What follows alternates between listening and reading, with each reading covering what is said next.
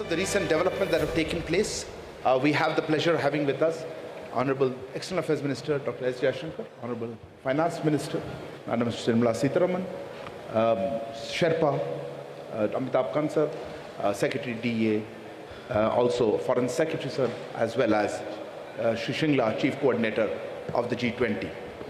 They will make brief opening statements, after which we'll open the floor for questions. Please note that we may not be able to accommodate all your questions given the time limit, but I would request now, sir, if you would like to take the floor first. Thank you. Thank you very much. Friends from the media, it is a great pleasure for all of us to speak to you, even as the G20 summit deliberations continue. You may be aware that at the start of the second session, the summit has adopted the G20 New Delhi Leaders' Declaration. What I would like to do is to give you an overarching perspective of India's G20 presidency. Thereafter, I would request my colleague, Finance Minister Nirmala Sitharaman, to speak about the key outcomes from the finance track. The Indian G20 Sherpa, Amitabh Kant, will then similarly speak on the results of the Sherpa track. We would thereafter be very glad to respond to your questions and comments. The message of our presidency, as you are all aware, is that we are one earth, one family, and we share one future. This draws the entire proceedings of the New Delhi summit are in fact organized accordingly, with 3 sessions devoted to each aspect of this theme. Now, reflecting this approach, we have consciously sought to make this G20 as inclusive and broad-based as possible. It is witnessing the participation of its 20 member states, 9 invitee nations, and 14 international organizations. It is a matter of particular satisfaction for us that the African Union has this morning become a permanent member of the G20, that too during the Indian presidency. This is in keeping with the priority that we attach to addressing the urgent concerns of the Global South. You would recall that at the beginning of our presidency, at Prime Minister Modi's initiative, 125 nations were consulted to express the voice of the Global South. In terms of its organization and program, the Indian presidency, if I may say so, has been exceptional. Events have been spread across 60 cities, which are truly across the length and breadth of India. There has been a popular participation and a societal involvement of an extraordinary degree. The interest in G20 proceedings have been particularly strong among our youth. It has been an opportunity to showcase our culture, traditions, and heritage as well. The G20 has contributed to making India world ready and the world India ready. The declaration that the leaders have agreed on today focuses on promoting strong, sustainable, balanced, and inclusive growth. It seeks to accelerate progress on SDGs and has come up with an action plan accordingly. It envisages a Green Development Pact for a sustainable future. It endorses high-level principles on lifestyle for sustainable development, voluntary principles on hydrogen, the Chennai Principles for a Sustainable and Resilient Blue Economy, and the Deccan Principles on Food Security and Nutrition, among others. The transformative and inclusive role of technology has been highlighted with a focus on digital public infrastructure. The Indian presidency's proposal of a One Future Alliance has also been noted. The G20 has reaffirmed the fundamental importance of gender equality and committed to halve the digital gender gap by 2030. Recognizing that the post-pandemic world order must necessarily be different from the world before it, the leaders have also emphasized the need to reinvigorate multilateralism and reform international financial institutions.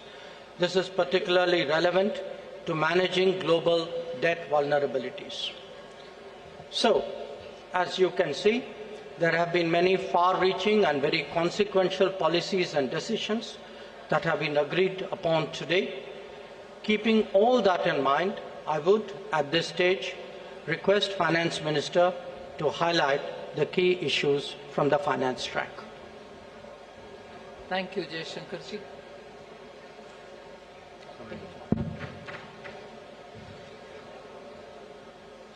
As was said by the External Affairs Minister, theme One Earth, One Family, One Future.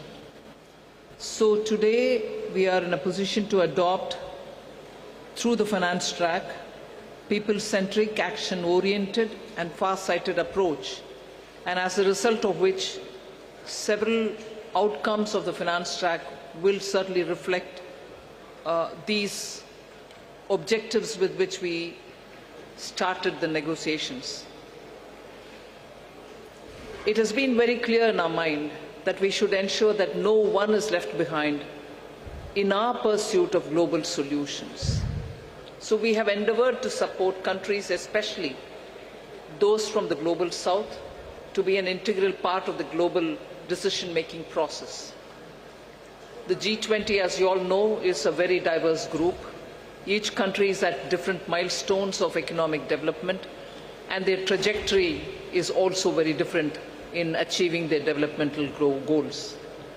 So through well-curated debates and careful assimilation of all the perspectives, the Indian presidency has crafted solutions that resonate with each member, offering a shared path forward for all. Many action-oriented outcomes of this presidency contain comprehensive strategies that cater to the unique needs and aspirations of all developing nations. We assumed the presidency at a challenging time of geopolitical tension. The Indian presidency has worked to ensure that these divergences don't overshadow the core developmental outcomes or concerns of the global community that demand collaborative solutions. So today, as I look back at the 10 months of Indian presidency, I am left with gratitude and satisfaction. I can confidently state that the Indian G20 presidency has walked the talk. Now, let me share with you just some of the key achievements of the Indian presidency, the finance track. First one is the outcomes which are focused on strengthening the MDBs to address shared global challenges of the 21st century. So under this strengthening MDBs, there are 4 key highlights that I'd like to bring to your notice. The first one is agreement on the need for a better, bigger, and more effective MDBs. It is so necessary to have better, bigger, and more effective MDBs because the developmental demands from all across the globe is so high, these institutions will have to be better and bigger. This is also going to contribute to enhancing representation and voice of developing countries in the decision making. The second under the MDBs, strengthening of MDBs, is the G20 Independent Expert Group on strengthening MDBs, and this was established and it has submitted its volume 1. The first report, their report consists of 2 volumes. The first volume has already been submitted. The report recommends a triple agenda that dovetails with the call for the bigger, better, and more effective MDBs. The third point in strengthening MDBs is the agreement to collectively work towards boosting World Bank's financing capacity. Here, the options will be explored that will deliver a powerful boost to the IBRD headroom to support low-income and middle-income countries. And the fourth, endorsement for the G20 roadmap for implementation of the recommendations of an independent panel on capital adequacy framework of the MDBs. So the CAF recommendations are focused on enabling MDBs to use their existing resources effectively. The roadmap estimates, this is going to be of interest for the media, the roadmap estimates that implementation of the CAF and the measures thereby will potentially yield additional lending headroom of approximately $200 billion over the next decade.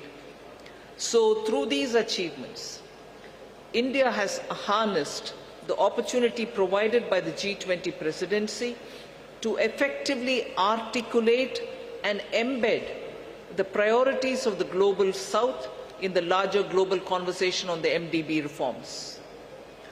I move to the second, laying the building blocks for a globally coordinated and comprehensive policy and regulatory framework for crypto assets. The global push for clearer policies on crypto assets has gained momentum under the Indian presidency, and a global consensus is emerging on the same. The presidency will support the IMF and the FSB, and FSB is also setting the contours of the regulatory framework for a globally coordinated approach to crypto assets. So the presidency, with the support of IMF and the FSB, is setting these contours. The IMF and FSB synthesis paper, about which I've spoken to the media earlier, including a roadmap. On that, I just want to give my observation. This synthesis paper delves into how the policy and regulatory frameworks developed by the IMF and the FSB, alongside the other standard-setting bodies, will fit together and interact with each other. This paper is now available in the public domain for all of you all to see. The third one, which I'd like to draw your attention to, is the financial inclusion and productivity gains through digital public infrastructure. India, as you all are aware, through the India Stack, became the first country to develop all three foundational DPIs: the digital identity, the real-time fast payment, and a platform to safely share personal data without compromising privacy. So embedded this concept in the G20 financial inclusion agenda by formulating G20 policy recommendations for advancing financial inclusion and productivity gains through digital public infrastructure. This set of recommendations cover 5 aspects: use of DPIs and accelerating financial inclusion, fostering well-designed DPIs, regulatory and supervisory aspects of DPI, institutional and governance arrangements by DPI, and ensuring customer protection. So DPI has also been integrated into the G20 Financial Inclusion Action Plan, the FIAP, which will run between 2024 and 2026. That's a strong legacy of the Indian presidency. We also assume the co-chair of the Global Partnership for Financial Inclusion.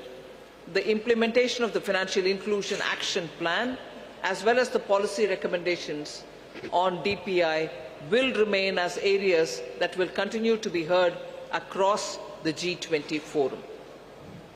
So the fourth one, which I'd like to highlight, is the debt resolution under the common framework and also beyond the common framework. Since its establishment in 2021, only Chad as a country has had its debt restructured. The others have been waiting. So since India took over the G20 presidency, good progress has been made in the ongoing country cases under the common framework of debt treatment, and the three countries in that are Zambia, Ghana, and Ethiopia. We've also succeeded in using the G20 platform to also put in place a coordinated mechanism to address the debt situation of Sri Lanka, which is outside of the common framework. So G20 will continue discussing the policy-related issues linked to the implementation of the common framework and make periodically such appropriate recommendations. The launch of the Global Sovereign Debt Roundtable, which is co-chaired by IMF, the World Bank, and also the G20 presidency, to enhance the conversation among the various stakeholders and address current shortcomings in the debt restructuring process. That has now become an institution which is actually acting as a catalytic agent in getting resolutions done faster. The fifth point under the finance track, which I'd like to bring to your notice, is the financing of cities of tomorrow.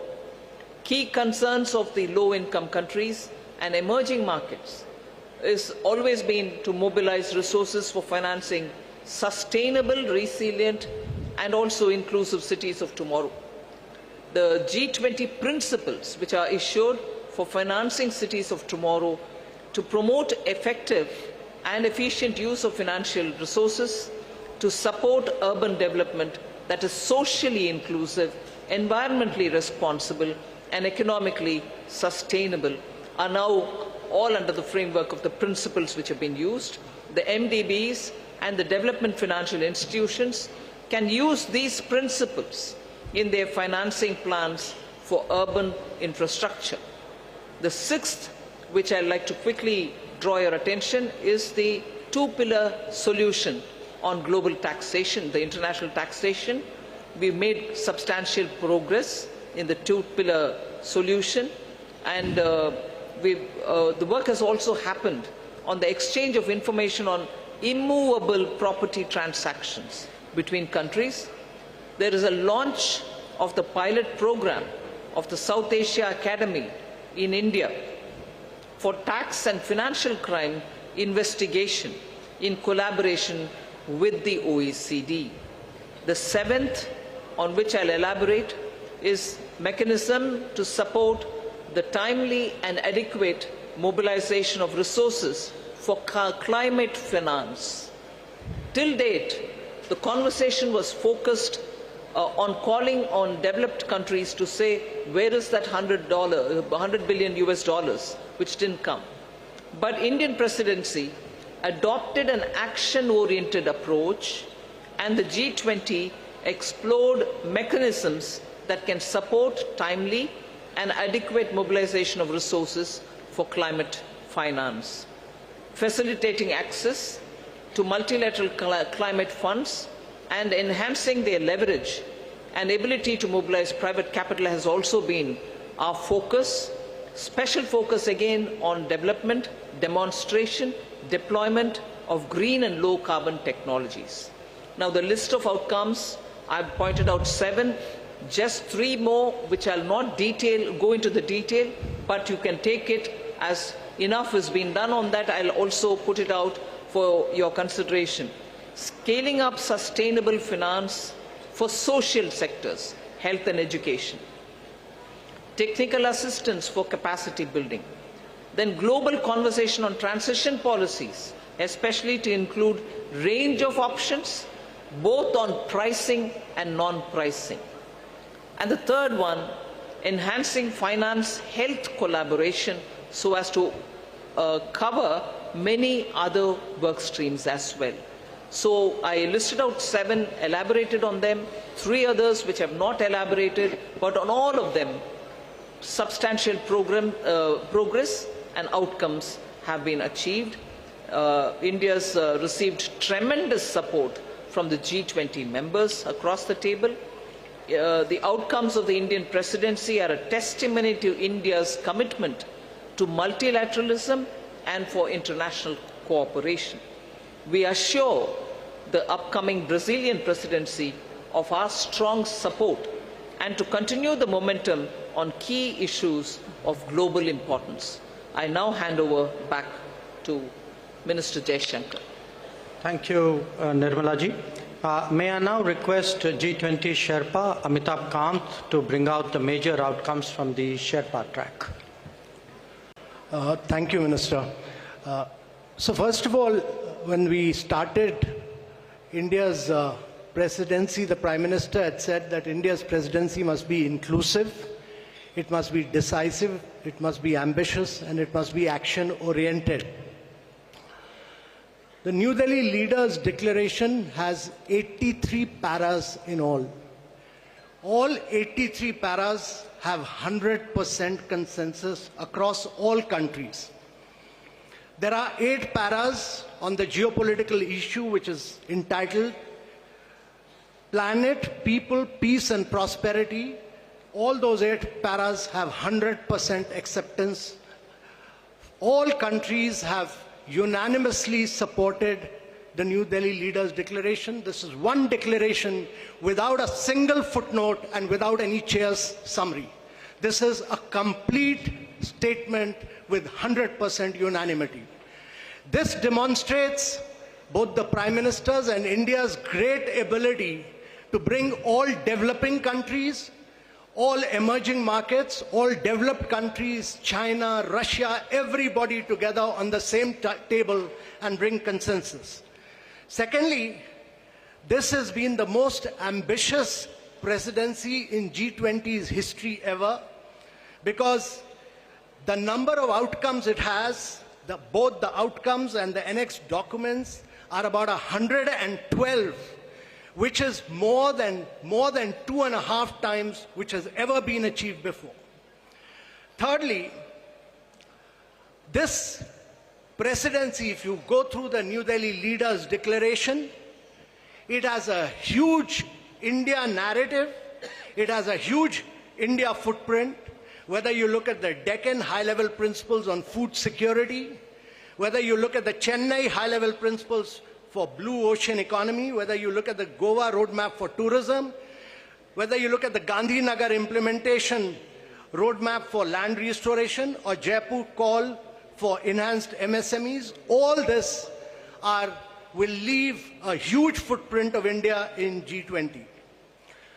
So one of the key achievements to my mind, one is that we've achieved a very major green development pact in today's world of climate action and climate finance. Every single country has come together to focus on green development pact, which has financing, which has focused on global greenhouse gas emission by 43% by 2030, which has a doubling provision of adaptive finance by 2025, which has a global biofuel alliance, which has completely new principles of life for sustainable development, which has ending plastic pollution, which has reducing disaster risk, and a whole lot of other components put together as the Green Development Pact of the leaders of G20 countries for a greener world of tomorrow. Secondly, there is a huge focus on accelerating progress on sustainable development goals, because the COVID had hit a vast segment of our population. There's a G20 action plan to accelerate progress on SDGs. There is a huge focus on education, health, nutrition. There's a huge focus on creative industries like culture as a transformation for SDGs. And there is a huge focus on inclusive and resilient growth in this entire thing, most of which the finance minister has spoken about, so I'm not talking. But I think one of the biggest achievements of this New Delhi Leaders' Declaration is what we've achieved on women-led development, with a massive focus on women empowerment and gender equality. And this focuses on reducing labor force participation gap, bridging the gender-digital divide. There's a huge focus on gender-inclusive climate action. There's a completely big focus on women's food security, nutrition and well-being, and we've created a new working group on empowerment of women, which Brazil will carry forward. There's the next key big focus has been on technological transformation and the digital public infrastructure. Technological transformation and the digital public infrastructure. Before we started our presidency, there was a vacuum on the digital world. There was no definition of digital public infrastructure. There was no framework. Both the definition and the framework has been accepted by G20, and for the first time, there is a new financial architecture for digital public infrastructure. There is also a global digital public infrastructure repository. There's a huge new focus. For the first time in the world, the G20 leaders are focused on artificial intelligence. They are focused on cyber security. Also, I would say that one of the key aspects of this presidency has been its focus on developing and emerging markets. No document of G20 has had such an immense focus on developing and emerging markets and the voice of the global south as this particular document has. This is a document of the global south. This is a document of the developing countries which came together and spelled out their priorities. And India has been the spokesperson of all the global south and spelled out their priorities in this document. This document also condemns terrorism. It denies terrorist groups safe haven and freedom of operation and many other things. But let me assure you that for the planet, there are several new initiatives on climate and health, and this has been an inclusive G20. This has been a very a G20 where the leaders give a direction to global agendas, and this has laid the foundation for very bold action. But more than anything else, it has amplified the voice of global south. It has also demonstrated that India has a huge capacity of bringing the world together and leading the world in developmental and geopolitical issues as well. So thank you very much, ladies and gentlemen. Thank you, Amitabh. Following up on my colleagues, let me add a few more remarks. While noting that the G20 is not the platform to resolve geopolitical and security issues, the leaders recognized that they can have significant consequences for the global economy. In particular, they dwelt on the ongoing war in Ukraine and the impact it has had, especially on developing and least developing nations still recovering from the pandemic and economic disruption. The 3 Fs, food, fuel, and fertilizers, were issues of special concern. Another subject that was addressed by them, as the Sherpa noted, was countering terrorism and money laundering. The leaders condemned terrorism in all its forms and manifestations and recognized that it constitutes one of the more serious threats to international peace and security. So, in conclusion, as you can all see, all G20 member states have come to New Delhi with a strong sense of responsibility about addressing the most pressing global challenges. Speaking for India, we are clear that no one left behind, as the Finance Minister highlighted. No one left behind is as much a foreign policy goal as it is a domestic one. Indeed, it should be a global one. Obviously, there are differing viewpoints and interests at play in regard to the various issues under discussion. However, we have been able to find common ground on all of them. As a result, we can justifiably state that under Prime Minister Narendra Modi's guidance, the New Delhi summit has given clear directions for the growth and development of the global economy in the years ahead. We would be glad to respond to your queries. Thank you. Thank you very much, sir. Before I hand over, open the floor for questions.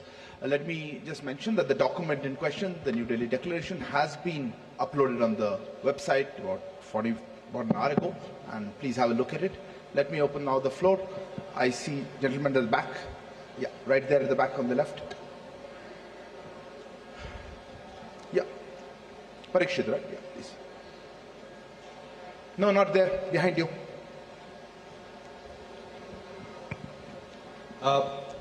One question to... Please introduce yourself and the organization. I'm Parikshit Luthra from CNBC-TV18. My question to Minister Jaishankar and G20 Sherpa Amitabh, Kant, and also Finance Minister Nirmala Sitharaman. How difficult was it to have consensus on the wording of the Ukraine-Russia war? This has been a difficult point in every conversation in the G20. There were several drafts circulated. We heard of a new draft this morning as well. Were there any countries which actually helped India in bringing consensus on the table? Ma'am, good afternoon. My name is Ruchi Bhatia from Bloomberg News. The Ukraine paragraphs also mention about the work that Turkey did with respect to getting some sort of a consensus on the issue of the Black Sea Green Deal as well. Where are things with respect to that, and can we expect any movement on that critical issue anytime soon, because it does concern several nations across the globe? Thank you. There's a hand there, the gentleman, yeah, right at the back on the left. Microphone, please. Yeah. This is Manas Pratim Bhuyan from Press Trust of India, PTI. In one of the paragraphs referring to the Ukraine conflict, it is mentioned that there were different views and assessment of the situation. So how do you explain this line about having differences on the Ukraine crisis? The question to Foreign Minister or the G20 Sherpa. Gentleman here. Hi, this is Ashish Singh from the Geostrata. Going forward, how will we see action for climate-related adaptation financing for the Global South, especially with India being part of the Troika? Thanks. We'll take one last question there. Yeah, there. Yeah, the lady there. I'm sorry. Behind you, right at the back.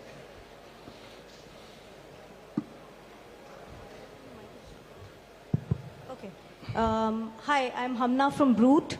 I wanted to know, does India see itself as the leader of the Global South, and how did it assume this role? Because there's been a lot of conversation about bringing the Global South together. So, yeah. Sir, may I? I didn't get the last one. The last one was India. How does India see itself as leader of the Global South? As the leader of the Global South. Where is this lady? I'll just go with the start, then I'll... Let me respond to some of the questions, and then I'd request the Sherpa to come in on that after me. How difficult was it to forge consensus on the Ukraine issue? This, as we have pointed out, is a declaration of 83 paragraphs. It has a lot of content. There are a lot of subjects which have been covered, some of which we have spoken about. But obviously, because of the ongoing conflict, the strong views about it, considerable time was spent, especially in the last few days, in regard to geopolitical issues, which really centered around the war in Ukraine. The question who helped, eventually everybody helped, because everybody came together for the consensus. But I think if Sherpa would bear me out, I think the emerging markets took a particular lead on this, and many of us have a strong history of working together. Bear in mind that actually you have 4 developing countries in succession as G20 presidency: Indonesia, us, Brazil, and South Africa. So, but I would say, rather than who helped, the point to be recognized is that a common landing point was ultimately fashioned out. On the Black Sea grain corridor, there are many discussions going on. As you know, the Foreign Minister of Russia is here. The President of Turkey and his delegation are here. UN Secretary General is here. Other people are here. So it's natural that there would be discussions going on this. In the past, I should add, when the Green Corridor was created at Bali last year, we had also, in our own way, contributed to some bridging of viewpoints and concerns, both between, at that time, between Turkey and Russia, and also worked with the UN Secretary General. On the sentence, or that phrase about having different viewpoints and assessments, I think we are being transparent. I mean, it is a fact. This is today a very polarizing issue. There are multiple views on this. There are a spectrum of views on this. So I think in all fairness, it was only right to record what was the reality in the meeting rooms, and I think that is the sense that is sought to be captured. And I will leave the climate action issue to Sherpa, and I don't know if Finance Minister would like to speak on it. But on the global south, look, it is not, what India has tried to do, beginning with our presidency, was to seek to ensure that the concerns of the global south constitute the core agenda of the G20 deliberations. Because after 3 years of pandemic, after economic disruptions of various kinds, after the impact of the Ukraine conflict, after climate events, the fact is that the countries of the global south are in deep economic distress. And that distress has not, in our view, been fully recognized till now. We therefore very consciously started off with the Voice of the Global South Summit. But again, I emphasize, the voice was of the summit. It was a voice of 125 countries who participated in that summit. But we, as the G20 presidency, we saw it as our responsibility of distilling the views which were expressed in that summit and putting it before the rest of the G20. And we can take a lot of satisfaction that many of the issues that the Finance Minister highlighted, which the Sherpa highlighted, these are truly Global South issues, and we hope that certainly the Delhi summit and the deliberations which will take place today and tomorrow would give strong guidance to take them forward. Sherpa, Amitabh, if you want to add to it. On the Russia-Ukraine crisis, India worked very closely with Brazil, South Africa, and Indonesia. And I want to say that it was the emerging markets which played a very key role. India worked with all the emerging markets which played a very key role. There was very tough, very ruthless negotiations which went on for several days non-stop. And I really feel that in the end, the issue was clinched because of the leadership of the Prime Minister, because eventually we had to say that the leader wants it, and this has to be delivered. And secondly, I really want to thank Mr. Jaishankar. I constantly took his advice, and he guided me, and he gave me two really outstanding officers. One was Naidu, Nag Naidu, who's a very outstanding officer and very enthusiastic, motivated young officer who worked with me, Inam Gambhir. They did a really outstanding job as far as the geopolitical issues concerned.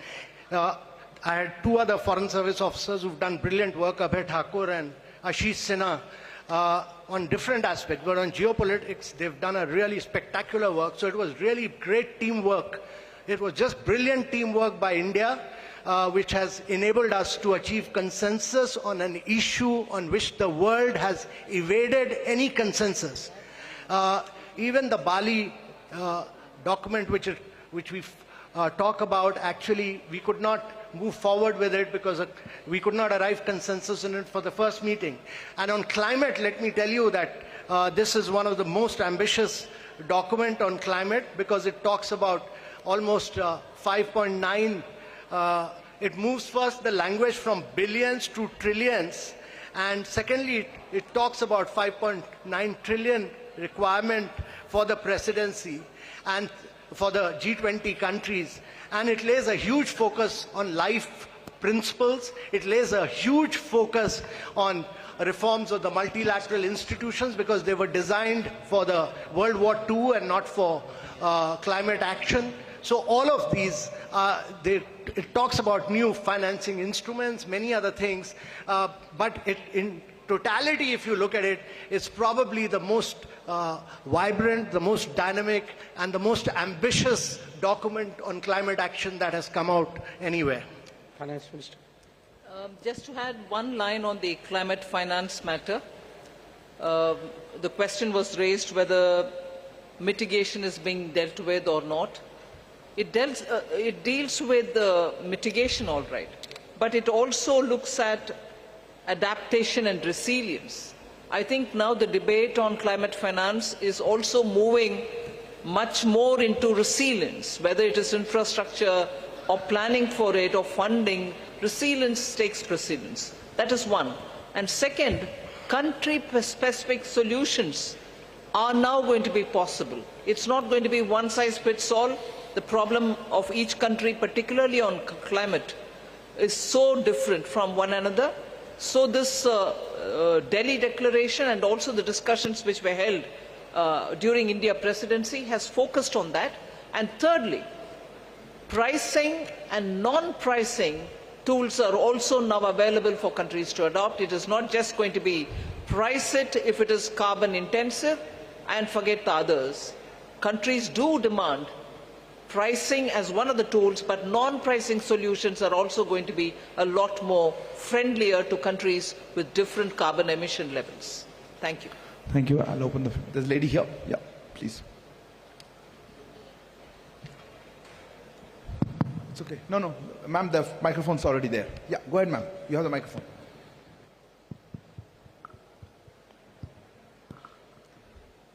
Hello. Yeah. Good evening to the panel. This is Priyashmita. I'm from Informist Media. My question is directed to ma'am. That is, now that there is a global acceptance of the fact, or at least a G20 acceptance of the fact regarding food and energy security, what is the immediate ramification on inflation and growth forecast, both domestically and globally, that you see? Thank you. Well, globally, I think it will have... Oh, sorry. Ma'am, we can take questions together. Okay. Yeah, gentleman there. Yeah, you. The gentleman there who's put his hand up, if you could give the microphone to him. Yeah, thank you. No, not him, not him. I'll come to you, sir. I'll come to you in a minute. Person in front of you. Hold on there at the back. Yes, sir, you go ahead. You had the floor. Yeah, I can go ahead. No, not you, sir. Okay, since you have the microphone, go ahead. Go ahead. I don't want to waste time. Go ahead. Hi, Stephen Borwick of Nikkei Asia. My question is for Foreign Minister Jaishankar. Is today's achievement a step towards achieving what India has described as a world of greater multi-alignment, as opposed to the more old-fashioned sense of an international rules-based order? Thank you. Yes, sir. You had the microphone. Go ahead. Is the microphone on? Yeah. Thank you very much. I just wanted Mr. Minister Jaishankar. Please introduce yourself. Dr. Wail Awad from Sana, correspondent in India. Mr. Jaishankar, Honorable Minister, when you talked of the counter-terrorism measure, how serious was the members of the G20 and fighting terrorism together? Thank you. Yes, ma'am. You had a hand up quite some time. Yes, you right here, second row.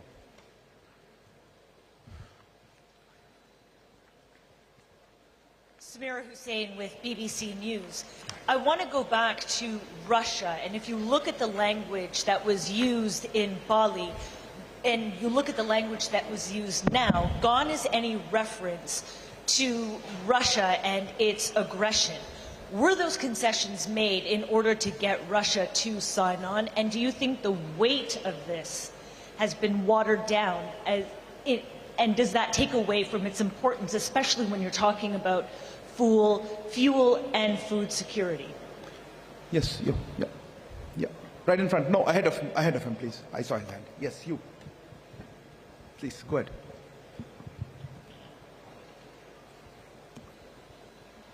Hello. Yeah, sir, Rishikesh from the Press Trust of India. Everyone must surprised by this outcome.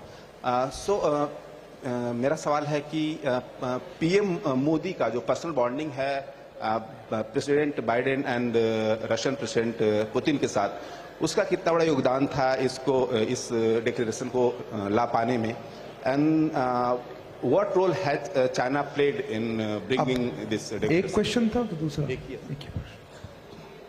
we'll take another one, just pass these on. One more. There was a gentleman there. Yeah, sitting there. Yeah, behind you. Yeah, Pranay, go ahead. Sir, Pranay Upadhyay हूं Zee news से। मेरा सवाल इस चीज को लेकर है कि अफ्रीकन यूनियन का जो G20 में इंक्लूजन हुआ है, ये अपने आप में काफी रिकॉर्ड टाइम में हुआ है। जून में प्रधानमंत्री ने सभी नेताओं को चिट्ठी लिखी थी और सितंबर में अब हम स्थिति में है कि अफ्रीकन यूनियन इसमें शामिल है। इंडिया ने इसमें कितना इन्वेस्ट किया इसकी लॉबिंग के लिए या इस प्रयास के लिए, थोड़ा अगर आप इस बारे में साझा कर सकें। Sir, maybe finance minister would like to. On the inflation question, globally, of course, it's going to have an impact the moment it is executed. The understanding is executed and the grain movements start from Russia and from Ukraine.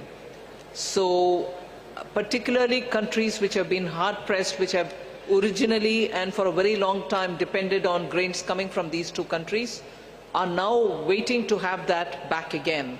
As a result, I think it will cool off inflation, particularly in food grains.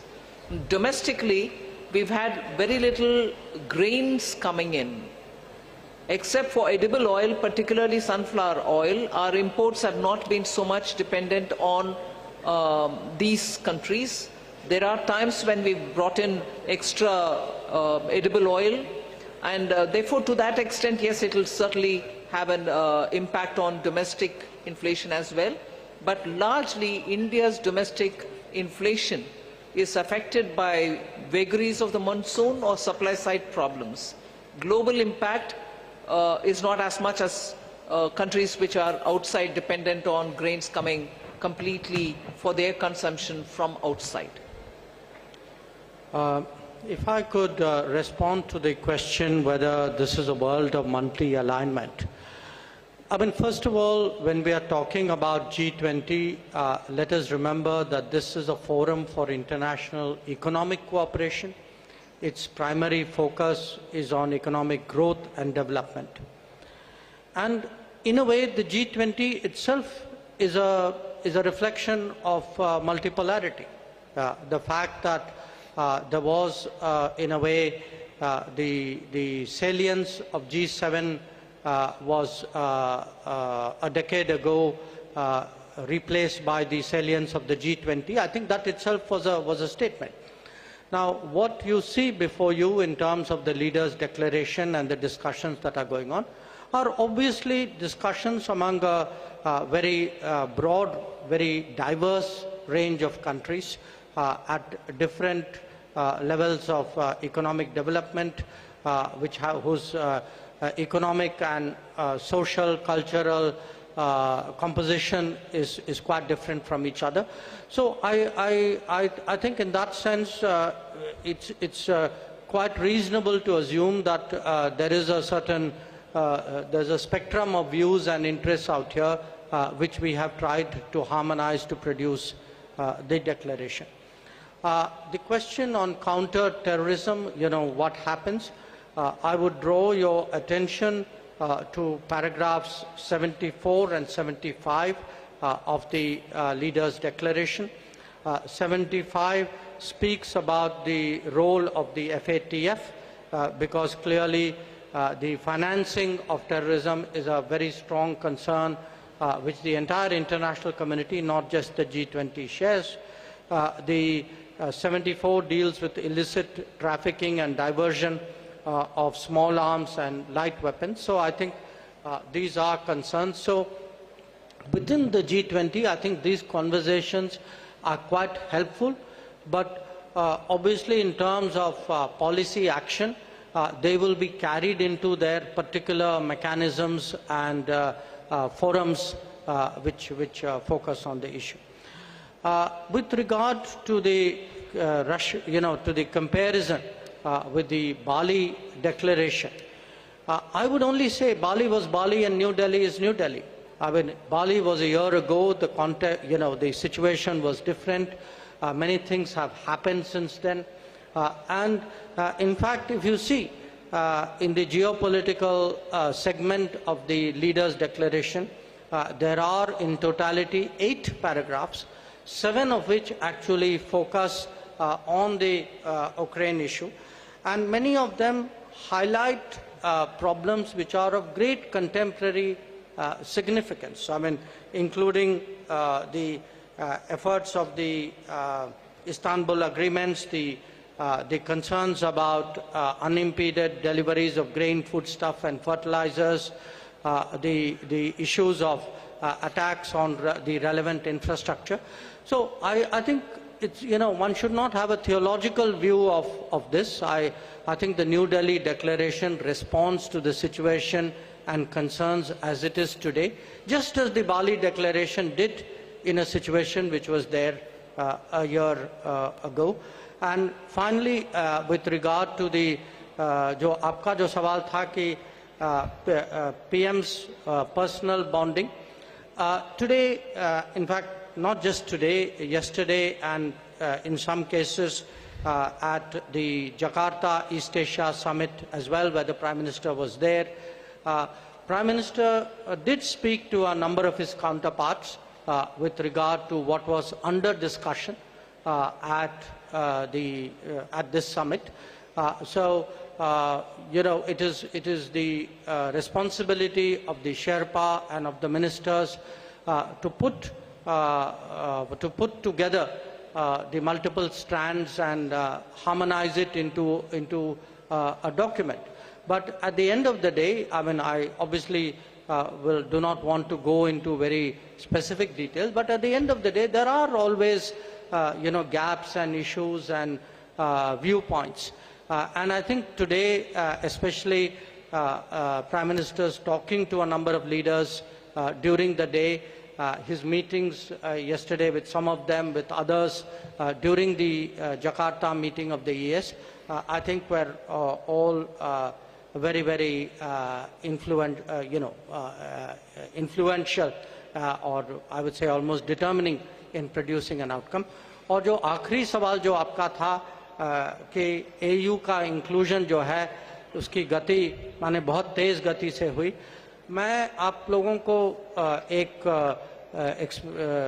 याद दिलाना चाहता हूं कि जो बाली summit के दौरान, बाली के summit के अंत में जो उस समय अफ्रीकन यूनियन के अध्यक्ष जो थे, सेनेगल के राष्ट्रपति थे मैकी सॉल, तो वो उस समय प्रधानमंत्री और इंडोनेशिया के राष्ट्रपति के पास आए और उनकी शिकायत थी कि G20 की सदस्यता के बारे में जो अफ्रीकन यूनियन का जो हक जो बनता है उस पर बिल्कुल चर्चा नहीं हुई थी। तो उस समय प्रधानमंत्री जी ने उनको आश्वासन दिया था कि भारत के अध्यक्षता में ये मैं जरूर करवाऊंगा। जो मुझे याद है उन्होंने कहा कि ये मोदी की गारंटी है, और ये गारंटी आपने देखा है कि आज उन्होंने पूरा इसको डिलीवर किया है। और कुछ ही दिन पहले जब हम लोग ब्रिक्स के शिखर सम्मेलन में थे, उस समय वही राष्ट्रपति मैकी सॉल जी वो प्रधानमंत्री के पास आए और उन्होंने कहा कि मुझे याद है कि आपने ये वादा किया था और मुझे बहुत मैं आपकी तारीफ करता हूं कि आपने पूरा जोर लगाया था उसमें। Very quickly in English the summing up of that was last year in Bali, the president to go into very specific details, but at the end of the day, there are always gaps and issues and viewpoints. And I think today, especially Prime Minister's talking to a number of leaders during the day, his meetings yesterday with some of them, with others, during the Jakarta meeting of the ES, I think were all very, very influential, or I would say almost determining in producing an outcome. और जो आखिरी सवाल जो आपका था कि AU का inclusion जो है उसकी गति माने बहुत तेज़ गति से हुई, मैं आप लोगों को एक याद दिलाना चाहता हूं कि जो बाली समिट के दौरान, बाली के समिट के अंत में जो उस समय अफ्रीकन यूनियन के अध्यक्ष जो थे, सेनेगल के राष्ट्रपति थे मैकी सॉल, तो वो उस समय प्रधानमंत्री और इंडोनेशिया के राष्ट्रपति के पास आए और उनकी शिकायत थी. Not discussed during the course of the meeting. The Prime Minister assured him at that point in time that under G20 presidency it will certainly be done, and this is the guarantee of Modi, and you have seen that he has delivered this assurance that he had made. And during BRICS summit, the Magnus, the then president, came to the Prime Minister and said that you had he reminded him that you had assured us and you really impacted it. Bali, the president of Senegal, Macky Sall, all right, that was interpreted. Thank you very much for saving me in the trouble. Would you like to add something on any of them? Is that so we'll take a few more questions, or I think one last. Okay, I have a gentleman here. Yeah, go ahead. Microphone here with the gentleman in the front row. This is Nikhil from the BBC. The question is for the Finance Minister. You said that the G20 now has its own mechanism on climate finance. So does that mean that the $100 billion promise from the West or the developed countries is pretty much dead now? One more question. I had a hand somewhere here on the right. Yeah, that's the gentleman. Yeah, you please go ahead. Piche, right there. At the back, please, at the back. Gentleman there. Hi. No, it was the gentleman here. Yeah, you. Yeah. No, not there. You behind you. Okay, if you've got the mic, just ask. We can't waste it. This is Mithil from NBC News. I wanted to ask two questions. One question, please. Okay, one question. The absence of President Xi Jinping at this summit, does India see this as a snub towards Prime Minister Narendra Modi, especially with the border issues, as well as President Joe Biden? You have the microphone. You're next. So I'm Sahil from EAM News Agency. So what kind of framework can be expected regarding crypto assets among the G20 nations? What assets? I saw one hand. Yes, gentleman. Yes, sir. Here. You have the microphone? What kind? Could you just have that question? Could you ask the question again on the crypto? I think your question was? Yeah. Yeah. Could you repeat that? Minister, ma'am, they could not pick it up. What kind of framework can be expected regarding the crypto assets among the G20 nations? Crypto assets framework. And in addition to that, ma'am, supplementary question that since we have a consensus on making common framework on crypto assets, and G20 presidency will work with FSBC and IMF what is your closely. question, please? But the joint report of FSBC and IMF says that banning a blanket ban on crypto assets is not a solution. So my question is that is there a consensus on just to regulate it or ban it completely? Okay. You, last question. This is Matthew Shilding from Climate Home News. You said this is the most ambitious document ever on climate, but India was pursuing an expanded language on phasing down fossil fuels, while the final declaration basically goes back to just phasing down coal. Are you disappointed with this outcome? So I think we're running out of time, and I'll close here with that. I do think we're out of time. So I think we're running out of time, and I will hand over the floor to ma'am. I'll start with the crypto. Well, it's really heartening that you've gone through the report. But the point is, the FSB's report and the IMF's report, FSB's concentrated more on the regulation, and IMF's looked at the macroeconomic implications. So the synthesis paper is something which the G20 membership will go through in detail. There is one more meeting under our presidency for the finance track in Marrakesh. I remember with great sense of responsibility and sorrow the earthquake which has happened very close to Marrakesh.